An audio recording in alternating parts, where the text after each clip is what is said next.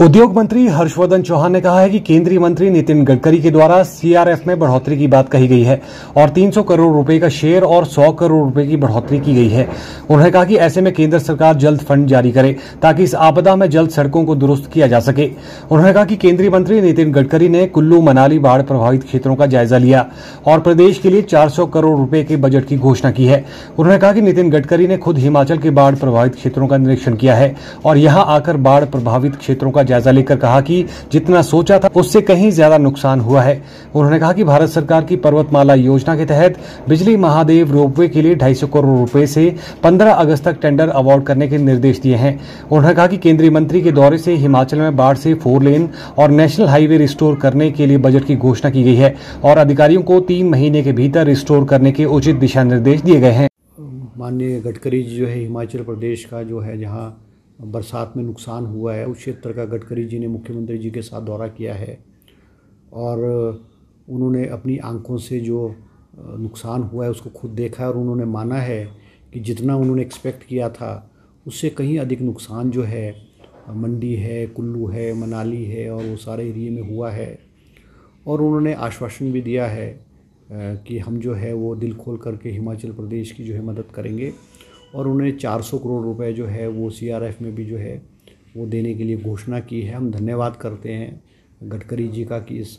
संकट की घड़ी में जो है गवर्नमेंट ऑफ इंडिया ने और गडकरी जी ने जो है वो जो स्थिति उत्पन्न हुई है उसका जायज़ा भी लिया है, आश्वासन भी दिया है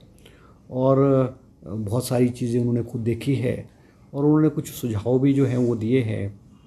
जैसे कि गडकरी जी की मैंने कल जो प्रेस कॉन्फ्रेंस है वो सुनी है और उन्होंने माना है कि जो रिवर नदियों के किनारे जो शहरों को, गाँव को, सड़कों को और स्कीम्स को जो नुकसान हुआ है वो रिवर बेड में जो है नदियों में जो ओवर डिपोजिशन है कि नदियों में जो रेत है, बजरी है, पत्थर है उसका बहुत बड़ी मात्रा में इकट्ठा होना जो है वो भी एक कारण है। और उन्होंने सजेस्ट किया है कि आईआईटी मंडी और आईआईटी रुड़की की टीम और हमारे जो जियोलॉजिकल विभाग की टीम है वो उसको सर्वे करके और उसको किस तरह से निकाला जाए। और उन्होंने कहा है कि इसकी जो है कम से कम 2 से 3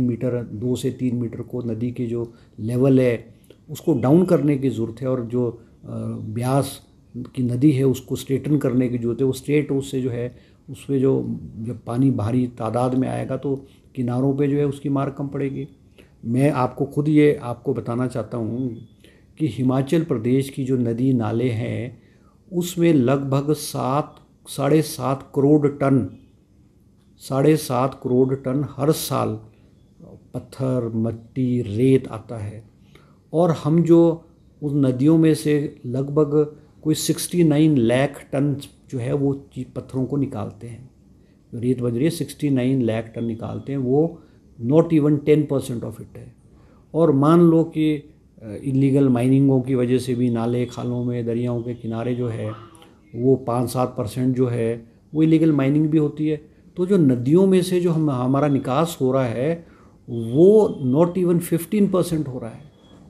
और आप ये मान के चलो कि लगभग कोई 6.5 लाख टन, 6.5 लाख करोड़ टन वो जो है वो नदियों में डिपोजिशन हो रहा है और उसकी वजह से नदियाँ जो है उसका लेवल उठ गया है।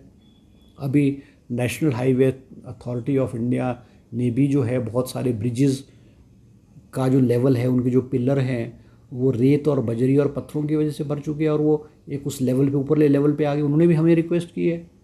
कि उसको रिवर बेड से जो है रेत बजरी को निकाला जाए। मगर हमारी दिक्कत ये है कि हम क्योंकि हिमाचल प्रदेश में जो सरकारी लैंड है, चाहे वो नदियों के किनारे हैं, चाहे गवर्नमेंट लैंड, जितनी भी सरकारी लैंड है उस पे एफसीए लगता है और फॉरेंस क्लियरेंस के बिना जो है हम जो है वहाँ से एक पत्थर भी नहीं उठा सकते हैं। अब हमने हिमाचल प्रदेश में पिछले माइनिंग डिपार्टमेंट ने पिछले 6-7 सालों में कोई लगभग 232 जो नदियों के किनारे एरियाज़ हैं जहाँ पे ये डिपोजिशन है उनकी ऑक्शन की है। चाहे वो ब्यास है, चाहे यमुना है, चाहे हमारी सतलुज है, चाहे हमारी रावी है। हमने ऑक्शन कोई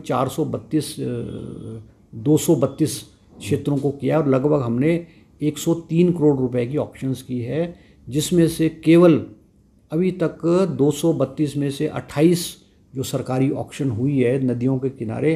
वो हम शुरू कर पाए हैं। 204 जो हैं वो ऑक्शन आज तक FCA की क्लियरेंसेस की वजह से रुके हुए हैं, और हमने गवर्नमेंट ऑफ इंडिया को भी रिक्वेस्ट की है, ministry of forest and environment को भी, जिन्होंने ऑक्शन लिए है उन्होंने अपने केसेस प्रोसेस करके उनको भेजे हैं, मगर 5-5, 6-6 साल तक वो क्लियरेंस नहीं मिली है। और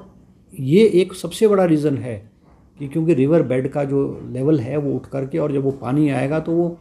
किनारों में मार मार करके लोगों के घर है, खेत है, और बहुत सारी चीज़ों को नुकसान हुआ है। ये भी कारण है, और गडकरी जी ने इस बात को माना है, और हम गंभीरता से लेकर के अभी मुख्यमंत्री जी दिल्ली गए हैं। मुख्यमंत्री जी के आने के बाद हम एक हाई पावर कमेटी को फॉर्म करके, और IIT मंडी और IIT कुल्लू, IIT ये खड़गपुर, उनके साथ टेक्निकल उसको किस तरह से हम कर सकते, डेपोजिशन को क्लियर कर सकते हैं। हम एक और ऑप्शन कर रहे हैं कि क्योंकि डिज़ास्टर मैनेजमेंट में भी हम डिप्टी कमिश्नर से भी एक्सप्लोर कर रहे हैं, क्योंकि अगर फिर त्रासदी आई, फिर बारिश आई और फिर बाया, तो वो जो है डेपोजिशन है वो फिर बारिश के पानी के साथ वो कट्ठे मारेगी, लोगों को नुकसान पहुंचाएगी। तो ये कुछ पहलू हैं जो हमारे सामने आए हैं, और हम इस पे जो है वो गंभीरता से जो विचार कर रहे हैं, क्योंकि हमको रेवेन्यू लॉस भी हो रहा है। अगर हम इन एरियाज़ को ऑक्शन कर देंगे, हम ऑक्शन करेंगे, तो आप ये मान के चलो कि जो रिवर बेड की डेपोजिशन है वो कम से कम हमको कोई 200 से 250 करोड़ रुपए का और रेवेन्यू जो है वो आएगा।